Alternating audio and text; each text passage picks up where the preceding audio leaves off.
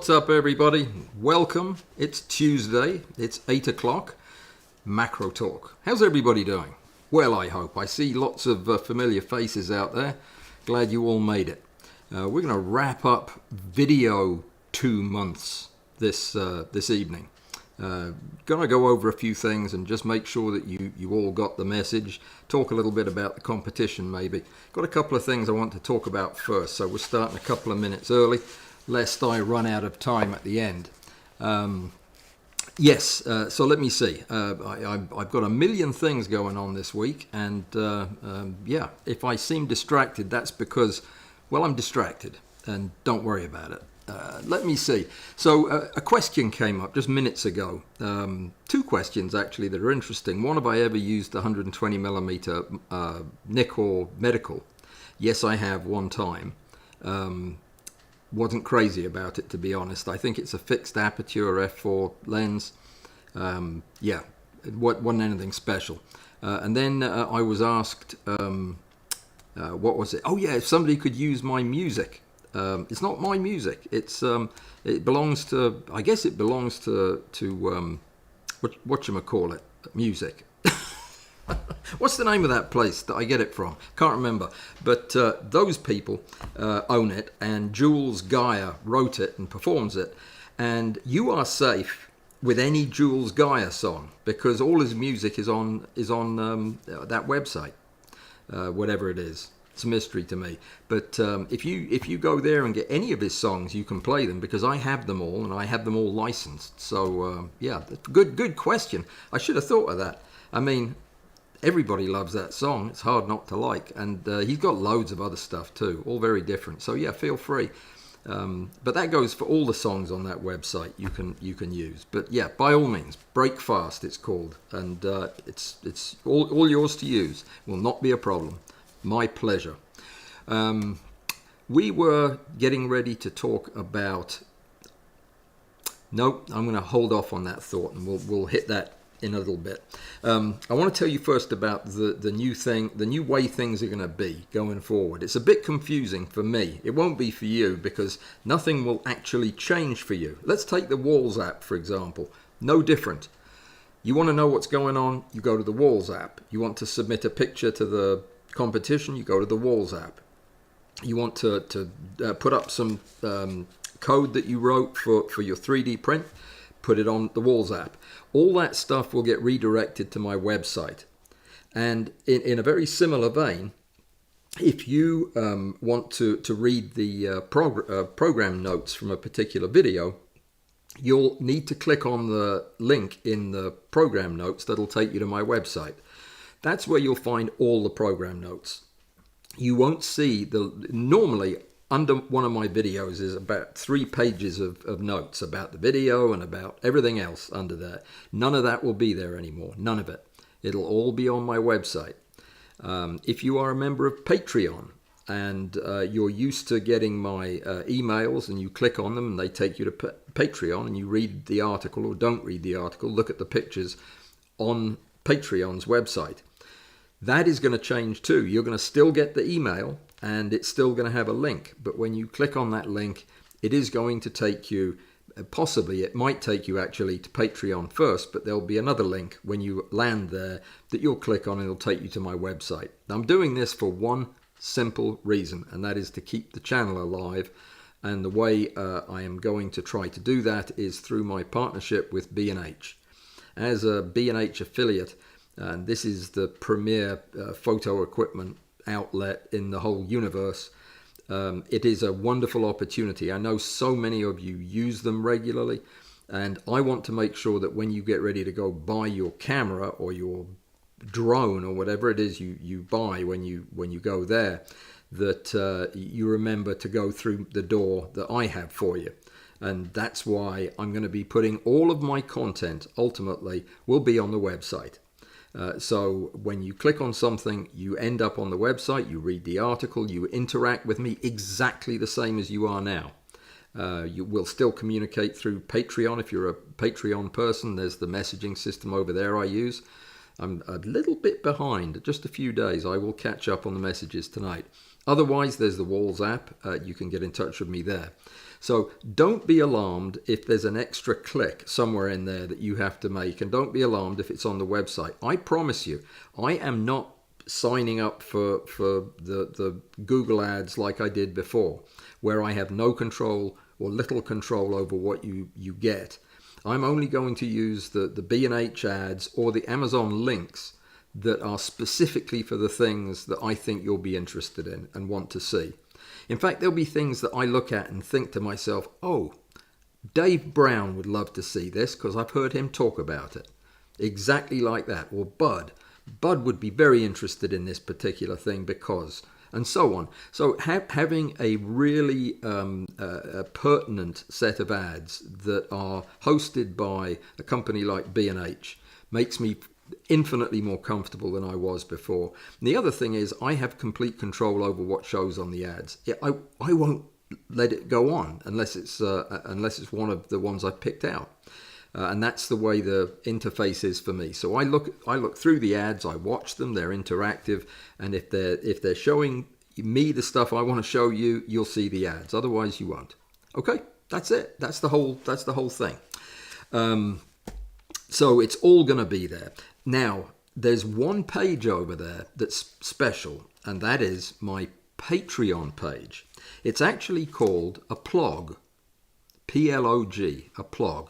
You were supposed to, if you're a Patreoner, you were supposed to know about this by now. I have an article that I've written, and I'm going to post it, the first article, to be posted to the blog. I'll also post it to the regular blog over there so that anybody else can read it, because it's about insect prep, and it's pretty interesting, I think. But then again, I wrote it in the middle of the night, so it might not be. But the point is this. Patreon is going to have a page on my website that is private and it's password protected. You will know the password because I will send it to you in an email if you're a non-Patreon supporter. If you are a Patreon supporter, you'll get it in a post over there on Patreon, and then you'll know what the password is, and it'll be something you can remember, and that's all you have to worry about. You'll go over there, type in the simple password, and then it'll remember you, and you're in. That's the way it's going to work. So just wanted to be sure you knew about that. Has anybody here used or has purchased or is interested in talking about Photo AI by Topaz? This program has completely blown me away. I was a slow adopter of the Sharpen program, but grew to love it. And I purchased the Gigapixel program, hardly ever used it. I never got the denoise because I couldn't afford it. And the end result was my experience with Topaz has been not quite as excited as other people's, but positive. I don't like the fact that you only get a year of upgrades before you have to start paying again. I think that's a bit gratuitous, but they didn't ask my opinion on that. And that leaves Photo AI. I got an email at the weekend saying they would give me $72 off the already fairly modest price, I thought, of $199 for the full suite. That made it $120 something, which is still a lot of money. But I went ahead and got it, and I must say it has been not exactly a life changer, but it has changed the way I process photographs. It really is amazing. It does some tremendous work, even at macro levels. It's not so great when you get into 20 plus magnification. I don't think it has enough experience there to know quite what you're looking at.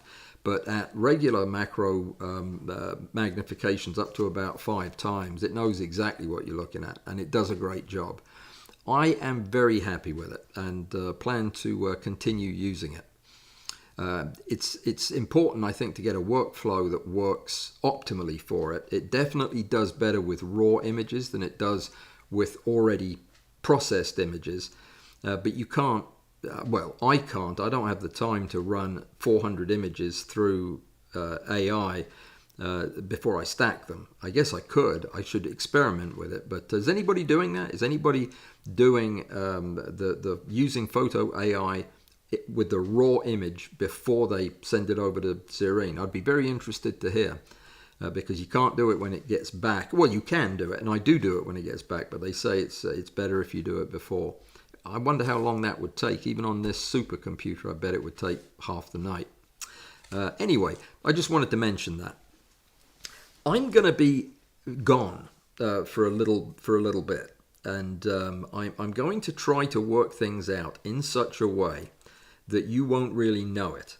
I'm just telling you this in advance so that when I give you the exact dates, I won't. You'll know that what you're looking at. But I plan to release a video at the time of my live streams, both of them during the week for the couple of weeks that I will be gone, and that will allow you to stay current. I won't be current because I'll be talking about stuff happening in the future, and I'll make it all up.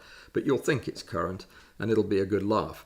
So yeah, that's what I'll do. You won't be coming here. You won't be meeting me for the live stream. But at the very moment of the live stream start, the video will drop, and you'll be able to watch it. And I will address you as if this was the live stream. So there you go. I could be doing that right now, and you wouldn't know it, could you? Would you? Interesting. Yeah, it's a bit meta, that is. Anyway, I'll let you know more as I know more. After action report real quick. The Tangent on Saturday was fantastic.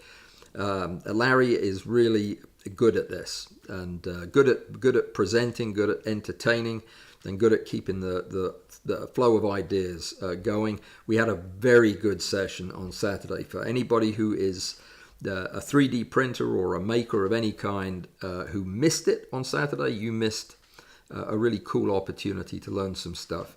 I love it. It's a great program. I'm definitely going to encourage Larry to keep them coming, and we'll see you again next month. This month's challenge, by the way, is to come up with the 3D plans for some kind of an organized storage device, like something you might put in a drawer or in a box to hold stuff. And yeah, it was inspired when Larry saw my new setup that you have also seen. I feel sure. The 3-station insect prep area. We've got this is going to be a bit on the dodgy side because it's on a cable. We've got the middle bits, the microscope area. Then we've got that bit, which is the pinning area, and that bit that's the cleaning area. That's actually my head. But you get the idea. So that is what prompted Larry to suggest maybe I could get a bit more organized. Not a bad idea. So that's what we're going to be inventing this month. Talking about inventing, have you ever broken a bendy arm?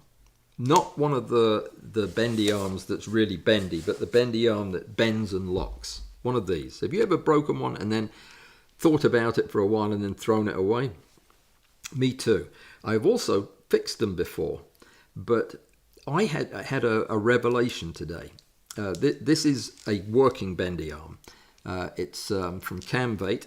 I've had it for, I don't know, a few years. It still works fine, locks up great. When they break because you over tighten them, and in doing so, you strip the threads out of the metal of the handle, because the metal of the handle is very thin. Why is it thin, you say? It should be thick right there. But it has a little thrust bearing inside it, so that the screw part of the thickness, somebody asking about a yellow and blue print above the blue shelf. I'll look at it in just a second. But that thrust bearing takes up so much room that when you take it out, you see that there's only a little bit of metal supporting that thread, and eventually that will rip free if you are a strong muscle man like I am. And that's exactly what happened with one of my thingamajiggers, my small rig bendy arms. So what I did was I took it apart and I fixed it about a year ago. And I fixed it with stuff I had lying around that looked similar, a screw that was about the right length, some things that looked about like the right kind of bits of metal, and it worked for weeks. and then it didn't work because it broke again. So today I did something entirely different, and I actually took another one apart, laid out all the pieces, and then went and found the exact pieces that I needed to put it back together properly. And I had everything but the thrust bearing, which I will find tomorrow and fix. But I fixed it, and it works as well as the original one. And using just leftover bits and bobs that I found around the house, but were exactly the same dimensionally. This is all stuff Larry has taught me, that if you pay attention to the details, then the things come together better. This is as good as a new one. It really is. And I use just, you know, the thingamajig. I don't even know where I got it. It's just a piece of plastic, but it works perfectly. I discovered something else. You might want to try to find one of these if you can. I'm changing the subject, by the way, if those of you who are lagging behind a little bit. These are made for buffing your fingernails. Now, I've never buffed a fingernail, and am not going to start now. Well, I will actually. I will give it a shot. I'll buff this one. No, it's just turning grey because I already use it to buff my tweezers. Get yourself some of these, or one of these. I don't know if they sell them one at a time. I got them at the thrift shop. Yeah, I found 2 of them, and they are the best sharpeners for these cheap Indian tweezers that I buy. They get a razor point on them. And these are the ones I use. They don't cost hardly a thing. And these pads are so finely abrasive that ever such a gentle wiping on them puts a super sharp point on them. I had to file these down to absolute needle points in order to fix an amputated appendage the other day that I broke. It's a long story. It's a funny story, but I'll be telling it on Friday when I demonstrate how to put a leg back on. But I couldn't have done it if I didn't have my tweezers in stupendously good condition, sharp. My sandpaper just won't get them that sharp. This thing did, and I don't even know what it's called. It doesn't have a name on it. Yes, it does. Superfine, IA. Does that mean anything to anybody? Doesn't mean anything to me. It just says Superfine, IA. I'll do some homework and find out. But it's on a big block of foam, which will make perfect insect blocks, which you're going to need on Friday. If you're planning to reattach a limb on Friday with me, you better have a block to do it on. Seriously, that's what we're doing on Friday. In fact, if you look at the cover art for Friday's live stream, you'll notice one of the nicest drops of blood I've ever drawn with Photoshop. I made that drop all by myself. Check it out. It's brilliant. Okay, where was I? Did I cover everything? The Pazoom we had on Saturday was the best Pazoom I have attended, and I've attended all of them. So that means it was the best. It was great. Fantastic participation from the audience. Everybody was engaged and interested in what we were talking about, which was largely gear, but lots of other stuff too. We got demonstrations of equipment from folks who've got new stuff, and it's just turning into a really good, fun place to go for a couple of hours on a Saturday morning and catch up with your mates in macro photography. So if you're not a Patreon person, consider becoming one, and that will be something that you can attend as well. But this last one was the best one yet, in my opinion. I also have a little note here in the margin says, don't forget to mention summer workshops. Okay, I will mention that. Summer workshops, consider it mentioned. I think I might be planning on doing one, but that will depend whether or not I am still in this area. I may be somewhere else where they don't have summer. I don't know. I'll have to wait and see. We've already talked about my website and the B&H links. I won't say another word about it. The excuse me, the Leoa Macro Cine 100mm APO 2X macro lens really rocks, as you will see when you watch the video, which you will watch when I make, and I will make as soon as it stops raining. and I can go out and get some more footage. It's been problematic, and I've tried to, I just can't stop the rain. I've tried everything I can think of. As soon as I can get out and get some decent bugs moving around, we had a cold snap that killed all my vegetation and took the bugs with it. So it might be another day or two, but I've got a plan. I put an advert on Craigslist asking if anybody's got pet insects or pet anything, smalls, and I'll go film them and pay the person money.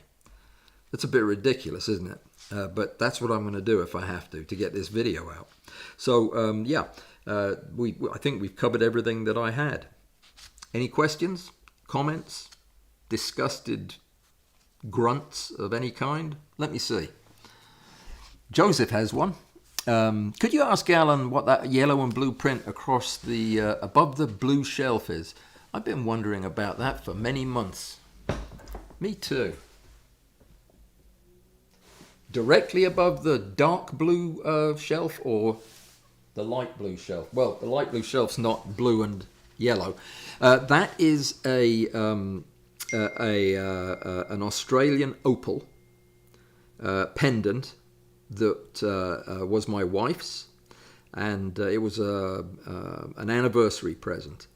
And it's about the most perfect Australian opal that I've ever seen. It's just absolutely a beautiful stone, and it's set in gold. It's handmade. I got it from a place called Signature Gallery. I don't even know if it still exists. If Susan's here tonight, she could tell us whether or not it exists. It used to be on the road between my two hospitals, and yep, that's what it is. And I photographed it just because. Right next to it is her watch, by the way, which is, my head's in the way of that. But yeah, that's another one. Any other questions about the pictures? Let me know. I'm happy to talk about them. They all have a story with them. All my pictures do. What type of XYZ rail, hang on, let me do that again. This is from Novatech. What type of XYZ rail mount jigs or rigs? That was confusing. What type of XYZ rail do I use? I don't use one right now. I have an XYZ table, positioning table that is... It was, well, I'll tell the story. It's been a while since I told it. I ordered it at Christmas 3 or 4 years ago, and it was delivered successfully from China, but not successfully from halfway down my drive to my door, where it was thrown the rest of the way by the postal worker.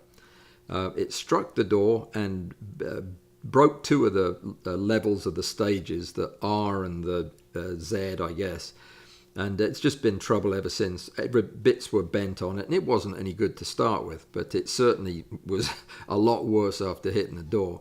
So I don't have one, because I don't use one. I learned in my macro babyhood, I learned how to position stuff on a pin with a ball of blue tack on a lab lifter, and that is what I do to this day.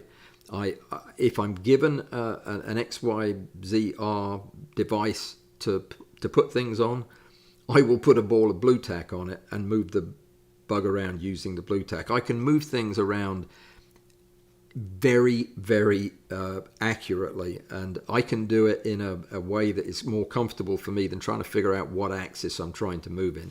I use 4 fingers on the ball. Let me get a ball of blue tack and a big pin to show you. My blue tack starts out like this. It starts out as a twisted ribbon, usually of white and blue, because they're one's sticky, one's stretchy, and I like to mix the two, because either one by itself is either too sticky or too stretchy. So when it's all stretched out in a worm, and I have a subject on the end of a pin, what I'm going to do is, so you can see what I'm doing, I'm actually going to wrap the wrong end of the pin, but normally I'd wrap the ball. I put my blue tack on it, pinch it around the end of the pin, and roll it like a turban as I go around. Well, I don't know if this is how you'd put a turban on, to be honest, but you'd go around the head, your head, wrapping this thing and building it into a bit of a pyramid. That's probably a better word. So it's hollow on the inside.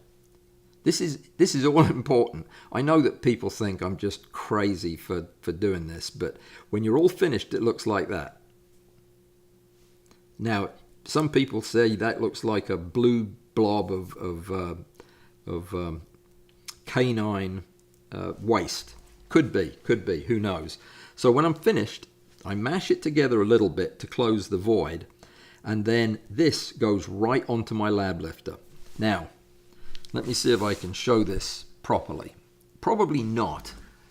Well, maybe so. No, I can't get it to where... Maybe that's good enough. Let me find something heavier to put it on.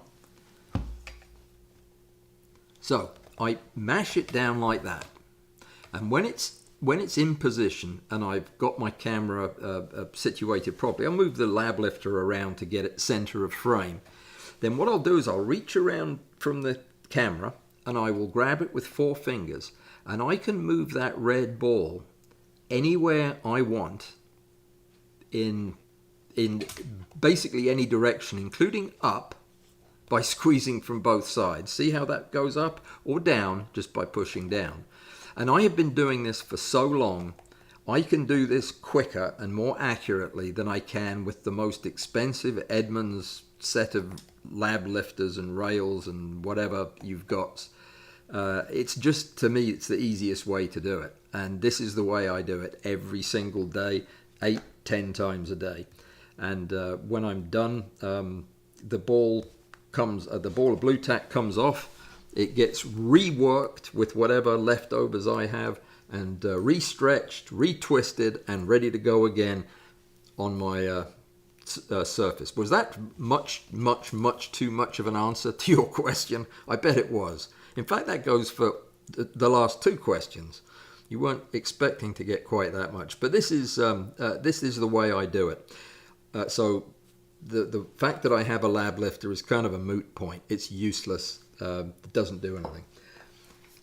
Why then was I making a mechanized, and still am making a mechanized positioning system? Because I know that there aren't any other people that do it the way I do it. Everybody else is looking for a more precise way to do it with something mechanical, and the motorized thing that we almost release, but I will at some point in the future, is going to be right what you're looking for, I'm sure. But even then I'll probably have it turned off with a ball of blue tack on it, because that's the way I roll. I'm a bit of a blue tack guy.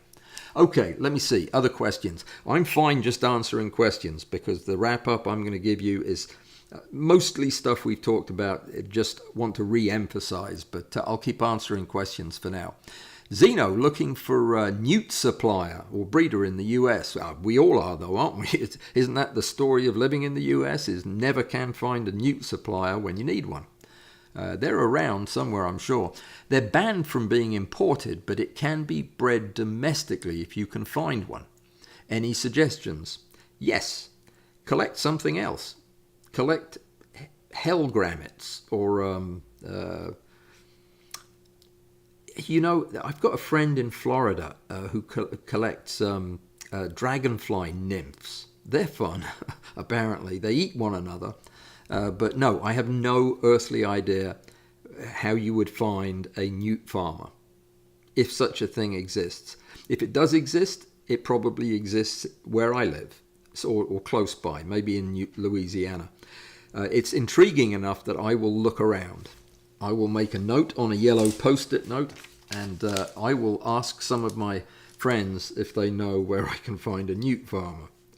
And we'll see what kind of answers I get, and then I will report back to you. But if I find one, I am damn sure going to order me some newts too. That's what I did with soldier fly larvae when Rick convinced me that they were the thing to photograph.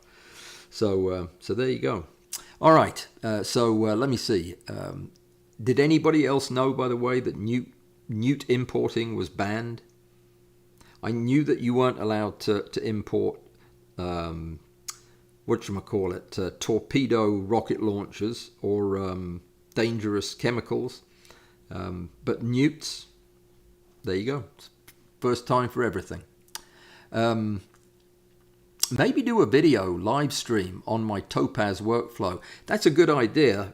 If I really had a good workflow yet, I'm still very much experimenting in what the thing can do, how it decides what it's going to do, and how that would differ from the way I do it. So the first thing for me is to use it for about a month.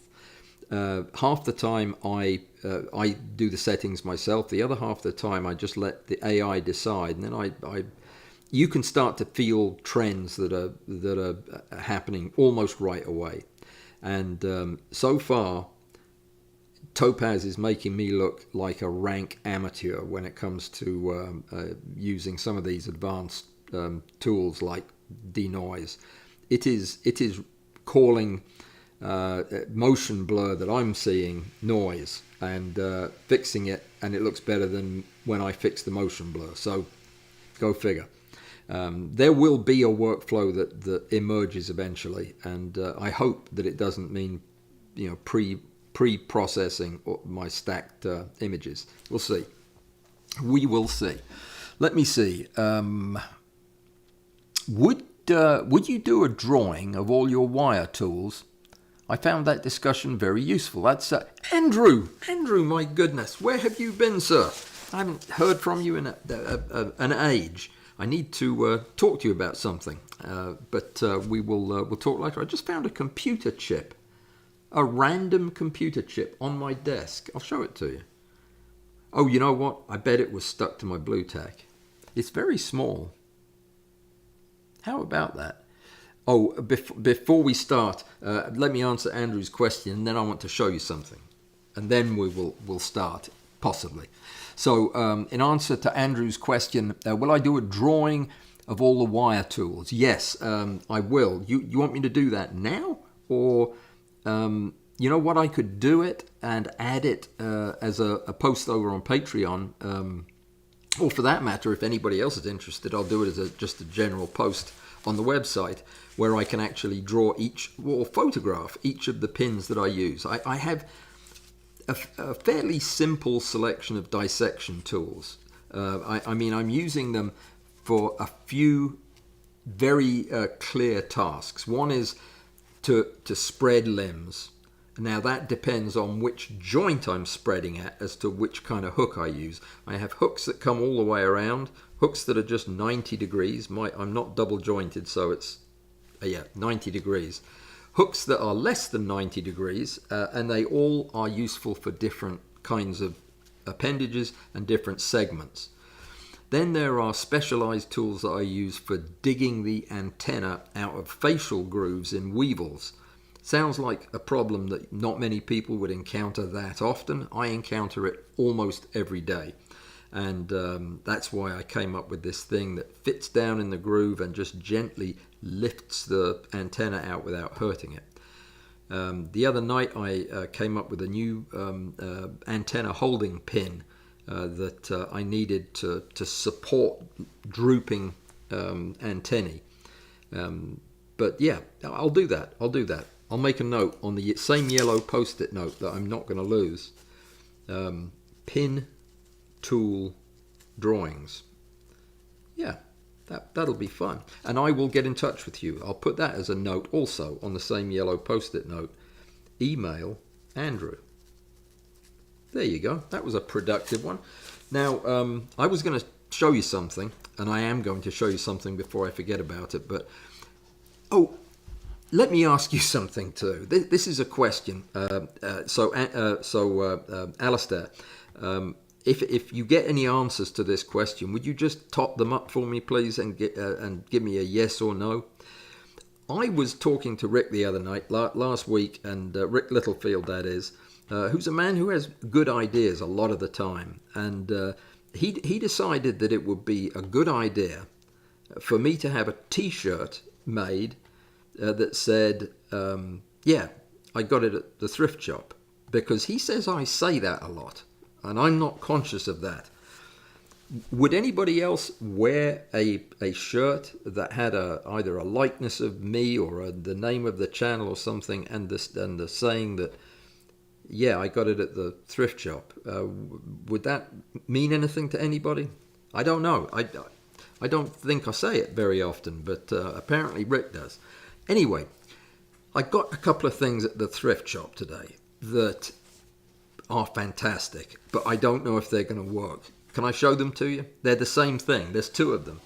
I should have got one to figure out if it was going to work, and then got the other one only if it did work. This is it. And this is the other one, by the way. But, oh dear. They have two different names or numbers, model numbers. But what they are is they are things that, you know how when I was in school, the teacher would have a mirror, a polished piece of obsidian as a mirror, and one of the students would hold a flaming torch of animal tallow underneath the paper so that it would be reflected and everybody could see it. And then my children had overhead projectors that they looked at to see notes in class. Well, this is the way that the Jetsons do it. It has a camera mounted up on this arm, which turns, by the way, well, it says 360 degrees, but apparently, oh, that might be the other one. This thing has a 5 times zoom on it, and an actual, quite a nice sensor and lens and what have you. And I thought, you know what? If I could get these things to work and slap a macro lens or an apexels or something on the end of this, I would have it made as far as a tool for teaching and demonstrating and using in live streams and what have you. The only thing is it needs a plug-in, it needs a connector that, look at this, it goes all kinds of different shapes. So there'll be a way to use it. But it has a connector that went out of style back when I guess the Model T Ford was still a thing. One of these strange shaped ones. But I also discovered it has a USB plug on one end of it. So I think they make an adapter for that video plug that goes to some kind of FireWire or something for Mac. I'm going to figure it out. I'll probably mention it to Rick on Wednesday, which will not help my argument about never saying I got it at the thrift shop, but might help because he'll know what will hook this up. But wouldn't this be cool if it works and I could have it in stereo vision? Because I got two of them. I should have got one. It's called an Elmo. There you go. Now you know.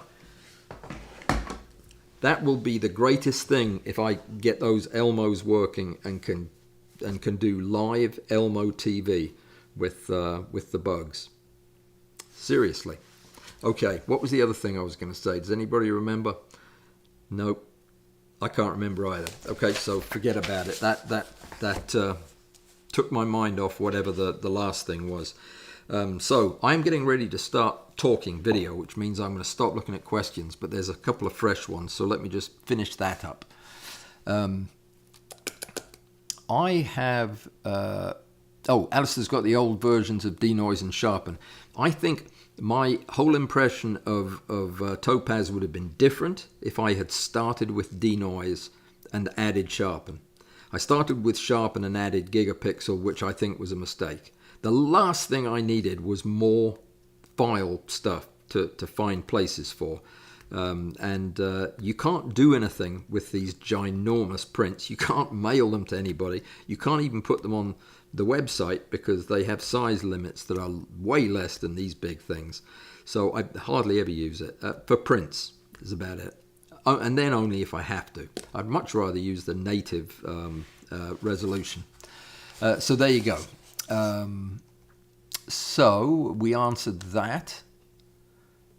Have you had any problems with the ring popping out of the ball joint?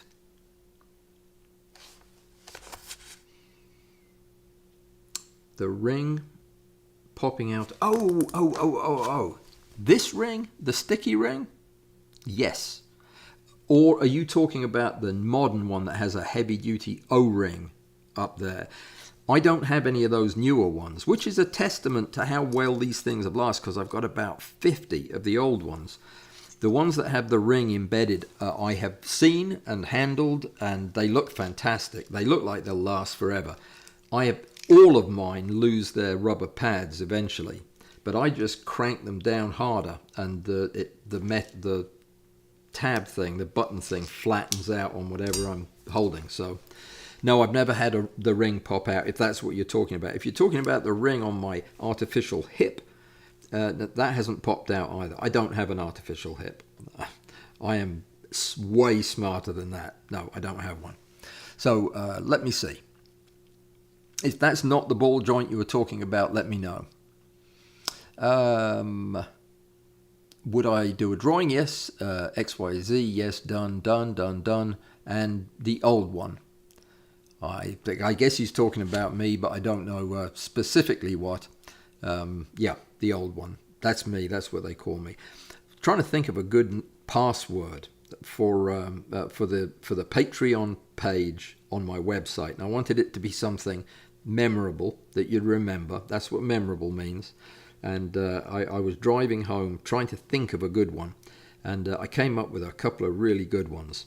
Now I've forgotten them.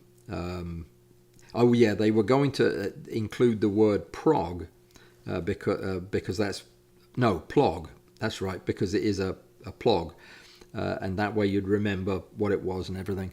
And now I can't remember the passwords I came up with, but they were hysterical. If I remember them, I'll tell you. Sorry about that. That was going to be funny, and then I forgot what the passwords were.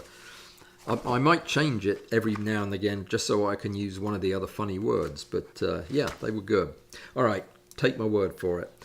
First of all, as I wrap up this video couple of months, we've talked about all of this in a good bit of detail. There are a few things we zoomed over really fast, so I'm going to pay a little bit more attention to them in the last 20 minutes or so. But there's a lesson learned in the whole thing. Two lessons learned. First of all, I really, really appreciate the fine people at Leoa Lenses, Mr. Lee's company, and the whole of Venus Optics. But I really appreciate them supporting me during this month and a half, going on 2 months, that we've been talking about video, and they've given me the use of their flagship 100mm APO macro cine lens, which has been a pure joy to learn.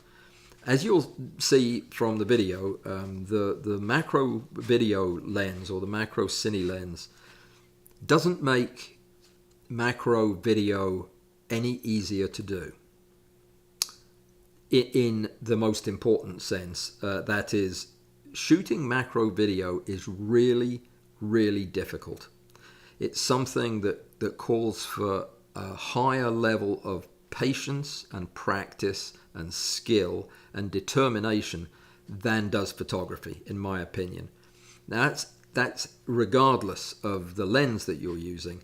The fact that this lens is absolutely beautiful, is sharp as a tack, has a great feel, it's nice and heavy and substantial, it balances beautifully with the new modern cameras. It's a killer lens, and I love it.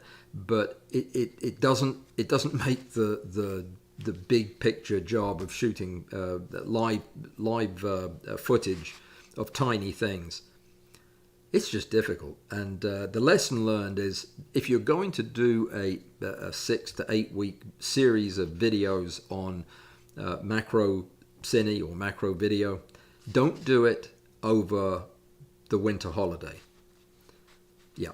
Unless you don't want to actually shoot anything, except the things you can grow in your terrarium, only half of which is still alive in my case. So yeah, it's a bad idea to do it at that time of the year, but that's when I could do it, so we did. But let's see. We talked about what you can learn and what should you come out of this end of this 8 weeks of talking about video, and hopefully trying it and getting ready for the competition. I think probably the first thing I learned was focus pulling as a technique. as an active technique for moving the focal plane as part of the composition of my video. In other words, an active, as if it were another character in the video footage. My plane of focus moves through the field, through the view that your camera has, in such a way that it doesn't distract, that it ends up where it's supposed to, that your focus starts in good focus on one area, ends up in good focus on another, exactly as you planned it. That's what focus pulling is, and it is a skill. When I first heard that there were people in Hollywood whose job it was to focus the camera, they're called pullers, focus pullers. That's all they do. I thought, well, there's a job for you. I should do one of them. How hard can that be? Very hard. It can be very, very hard. When you're doing it yourself, it can be even harder. And when you're picking subjects, for example, that are fast-moving and erratic, well, it's your own fault, because it's hard enough to do. I was trying to shoot some footage the other night of ball bearings, big ones, rolling down a chute that I made, going through a couple of fancy gyrations and popping out the other side and landing in a bucket. That's all I had to shoot, was 3 or 4 shots at different places along there.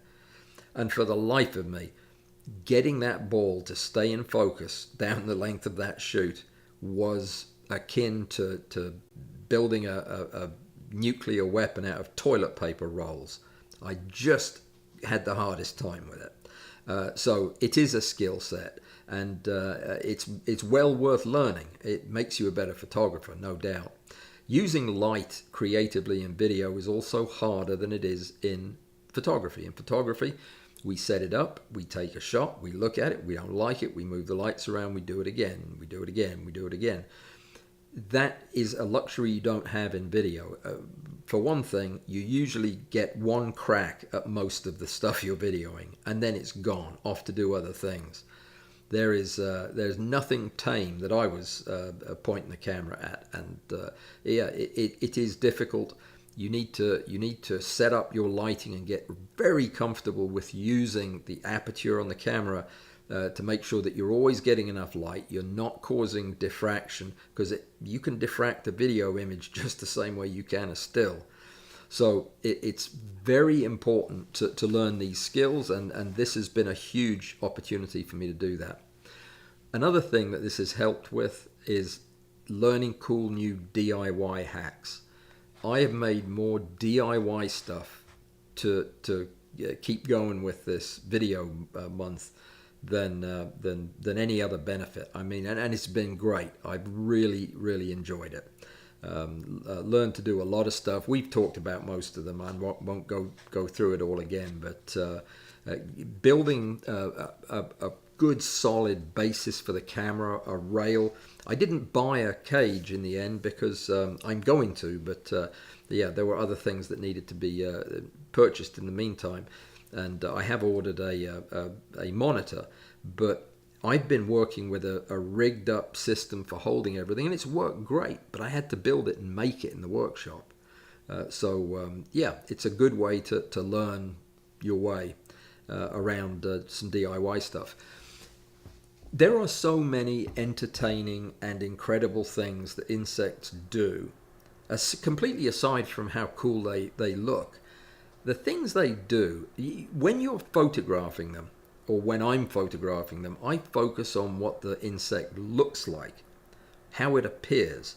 When I'm videoing them, I'm paying attention to what it does, and that is a very different set of observations.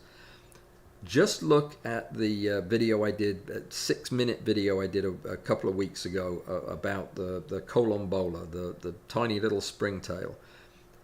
I mean, I made up a lot of stuff about what that particular proto-insect did, but it was still incredibly entertaining to observe it and watch it just doing its thing. You get completely absorbed by it, or I did.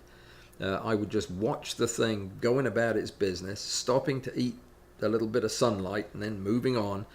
And you know, I am kind of thinking a little bit outside the box on this, but you have to imagine that that little thing has got a rich and meaningful life of some kind. There must be something it is like to be a columbola, and that's what you watch. That's what you experience. You're experiencing that thing going about the process of living, and it's really funny. It's funny to watch them try to do something and fail and either learn a better way to do it or give up and go the other way. It's not fun to watch them being eaten by other things, but that's part of it too, I guess. They're not around for very long, apparently, just a day or two.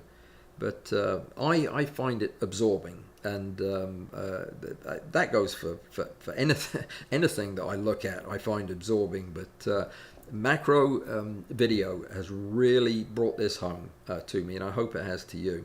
It's also taught me to be more patient. You just can't go out and pull up good macro footage with a video camera to order. You just can't. You can think you can, and you might know the best ant nest in all of creation, like I do. It's always productive. It's always covered with interesting ants. And yeah, you try going out there when you've got your cine camera with you, there won't be an ant there. They'll have moved somewhere else. That's been the case. I've been down to my tree stump about 3 times, and all I've come away from with it is a little bit of footage and a broken tripod. So you need to be patient when you're doing this, and it's probably also good to go out with a plan and really work on that plan. Rather than like I do when I go out with a camera, I get distracted by everything I see, and I'm like that dog that just yaps around after everything that moves.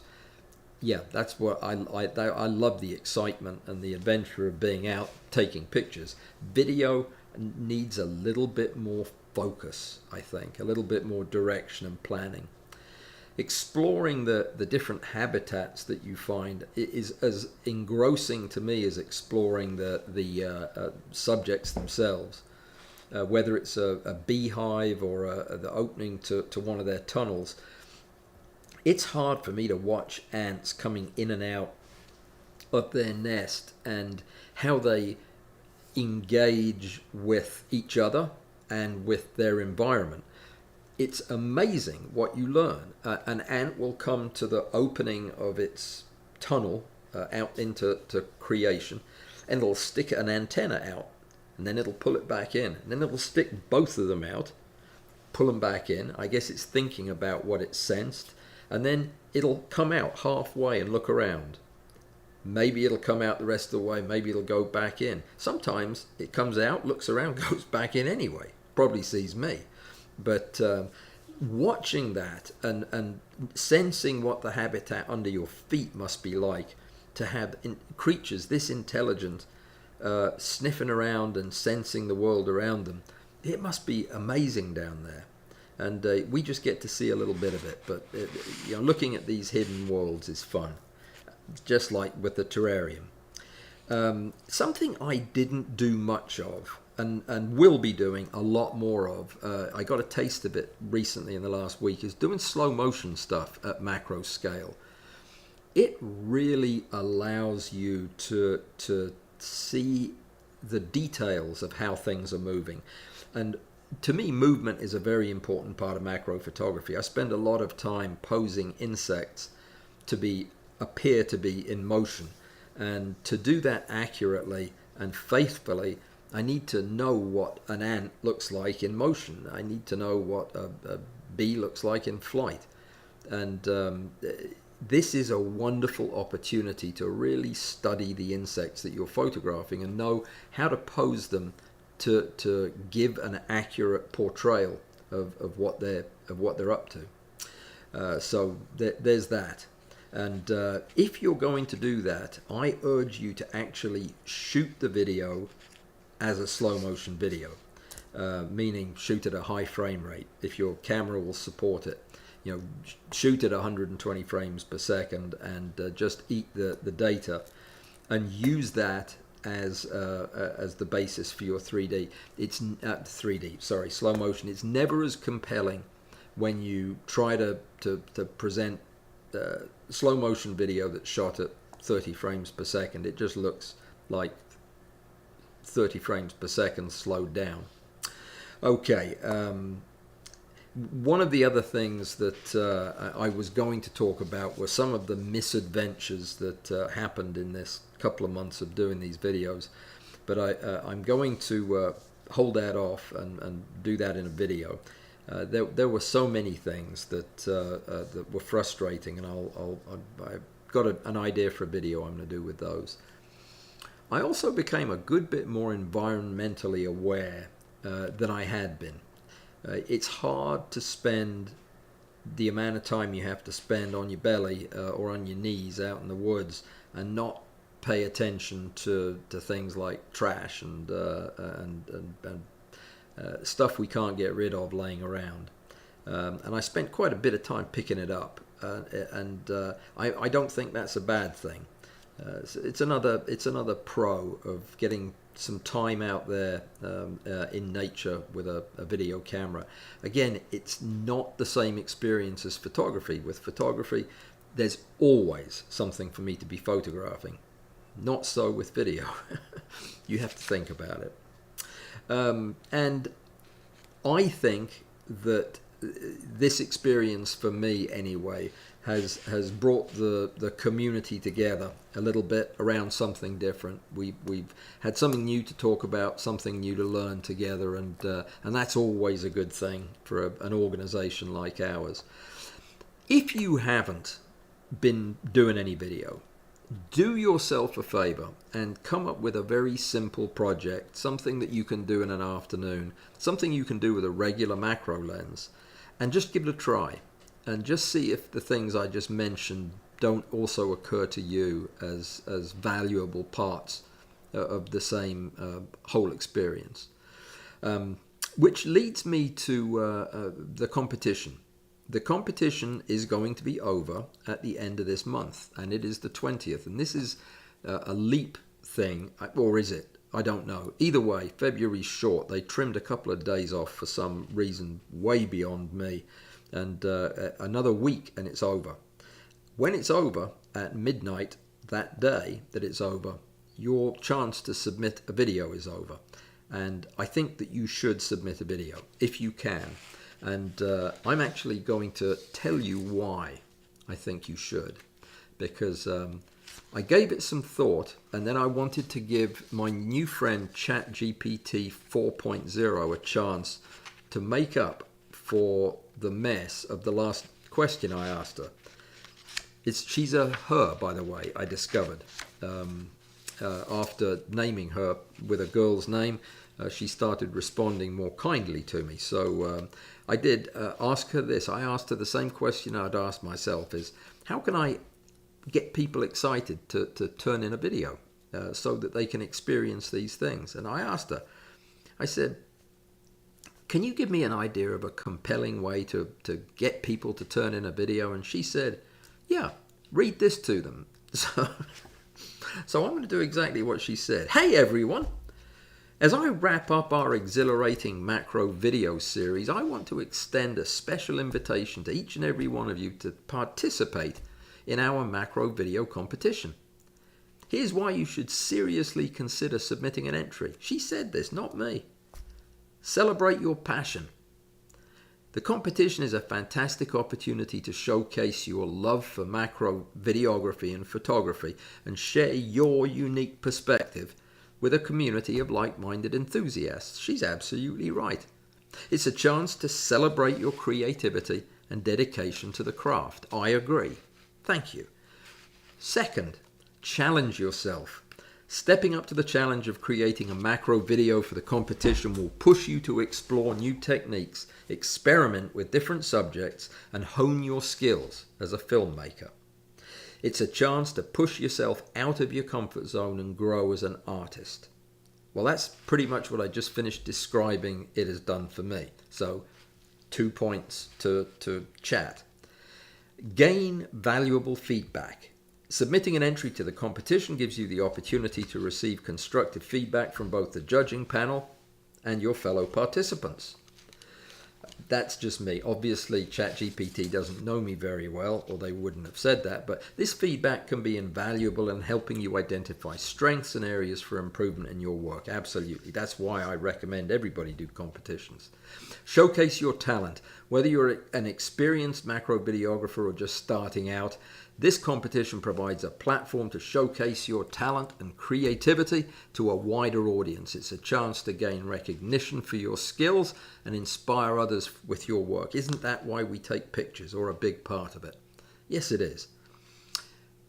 She completely veers off the track with the next one, number 1, 2, 3, 4, where she says, win exciting prizes. Let's not forget about the prizes, she says. Let's, I say. But anyway, we've lined up some fantastic rewards for the winners, including valuable gear, software packages, and opportunities for exposure. Okay, whether you're in it for the glory or for the goodies, there's plenty of incentive to put your best foot forward. Well, no, there isn't. No, there isn't. There will be a prize, but the only exposure will be if you take your shirt off during the recording of the results. That's it. And yeah, software packages. Okay. I'll think about it, but I wouldn't hold your breath. Lastly, join a vibrant community. You already belong to a vibrant community. You are part of the most vibrant and interesting group of people in photography in the world, in my opinion. It would be my opinion because I know the group. I know you all. And yeah, that's why I do this, is because you are a vibrant group of people. So you're already in a vibrant community. So I don't buy that. But do it anyway. Go make a video. Show us how cool you are. Tell us you've never done a video and show us how cool you are. Your first video. Imagine, yeah, that will impress the judges too, by the way. Something I'm going to do with this competition, we've got 60 seconds left, is I don't normally read your names, but I'm going to have to on this because of the way I'm going to be importing the content. So I'll know who made the videos, which means I'm also going to allow you to add a note with your entry. If you haven't done it, you can add it additionally.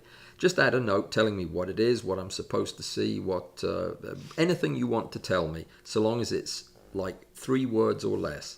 No, not that short, but just a compact note to tell me what we're looking at, so that it'll help me understand it. And yeah, that'll help. So do it, give it a try, push yourself. And what are you waiting for? This is ChatGPT talking. Dust off your camera, unleash your imagination, and get ready to dive into the world of macro videography. Dive in. Whether you're a seasoned pro or a curious beginner, and we do have some curious beginners, then there's never been a better time to unleash your creativity and join the fun. Let's make this competition a celebration of our shared love for macro videography. Do we have a shared love for macro videography? I didn't think we did, but apparently we do. And showcase your incredible talent within your community. Submit your entry today and let your creativity soar. How can I improve upon that? Well done, ChatGPT. That was an impassioned plea right enough. So go make a video, everybody. You've got 7 days or 8 days, something like that. And I'll make one sooner than that so that I can get this video up and ready for the world. Did I tell you the exciting news from Novatech? I think I may have told you on Thursday because I won't have known about it, I don't think, before then. They are releasing a lighting solution that is going to absolutely blow your mind. That's all I'm going to tell you. But it'll all be here within the next week or two. And it will blow my mind. Okay, everybody. See you on Thursday if you want to learn how to put a leg back on something that's lost its leg. This will not work for humans or any livestock that you may have around. This is for dead insects. Just saying. Don't go overboard. And this is a Pazoom weekend. There is no Pazoom this weekend, and that's what a non-Pazoom weekend is. And there you go. If you're one of my students and you're looking for a lesson to get caught up, then get in touch and we shall do same this week sometime. All right, thanks everybody. Thanks for coming. I hope I answered every question. There were 43 people here, 85 views. Any thumbs up? A few thumbs up. That's good. Thank you very much. And I will see you on Thursday, the 22nd, which is in 48 hours or thereabouts. Any other questions? Some interest in the t-shirt. The consensus is black. Solid black so that you can't see the black writing on it, or black with white writing. Probably black with white writing. Thrift shop t-shirt looks like it's in the works then. I'll think about a catchy looking thing to do. You know what? I will. I'll think about it and I'll talk about it on Thursday. Okay, guys, and Russ has told me to quit because he's crying. I didn't realize I was saying anything sad. Was it ChatGPT or was it me? It was probably ChatGPT, wasn't it? Well, I'm glad you found it funny. Whatever it was I said. I didn't think I was being funny tonight. Was I? It's funny that. Don't understand it. All right, interest in the t-shirt. Has Allan done any stills with that cine lens yet? Oh yes, Russ. Oh yes, absolutely. I've been using it on my rail all the time. Absolutely. It is sharp, sharp, sharp. It feels exactly the same as their 100mm APO 2X macro lens. It does. On the rail, it operates just the same. It's heavier. You need to support it. You need to put a rail underneath the front to hold the lens up, definitely. But when you do that, it's every bit as good as the 100mm, which I don't own, but it is fantastic. Larry says, I can send you info on the adapter, the overhead projector thingy. Oh, can you? Oh, that would be fantastic. That was Larry said that. Thank you, Larry. Please do. Yes, I've got the power adapters. I just need to figure out how to get the picture from that thing to this thing, if they work. I got them at a thrift shop. Did I tell you that? I probably did. Okay. I'll see you guys on Thursday. Have a good evening. Take care, stay safe, and be well.